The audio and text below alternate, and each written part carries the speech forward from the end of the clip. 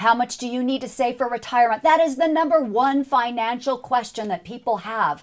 So we're talking with Felicia Speetjens. She's a managing director at SunTrust Private Wealth Management. About 90% of those surveyed are baffled by how much to save, and many people don't know what sort of accounts they need. What do women need to know, Felicia?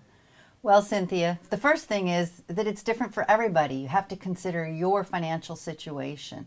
So what you really need to do is you need to sit down and do the work it takes to figure it out. You need to look at what you've got today. You need to look at what your objectives.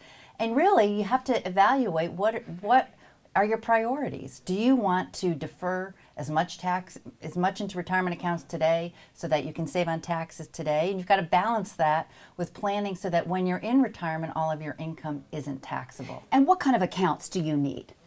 Well, many people have a 401k available and you to like them, that and idea. that's a great way to do it. And you certainly want to maximize as much as you can into that, and you certainly want to make sure you get your company match if you can't contribute and fully fund the 401k.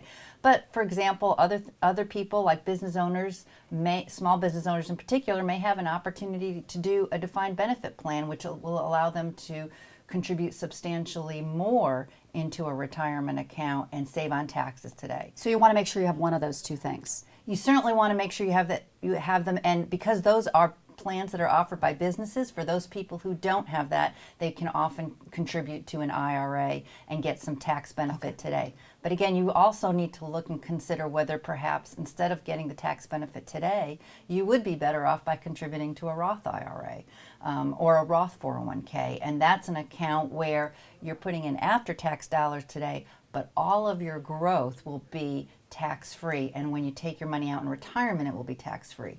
And so that's an option that we particularly like for people who are early in their career, because they have a long period of time to get that growth tax-free, and the tax deduction today is less relevant for them. All right, so the earlier you can start, the better. Absolutely, that's always true. Thanks so much, Felicia. I'm Cynthia Good for Little Pink Book.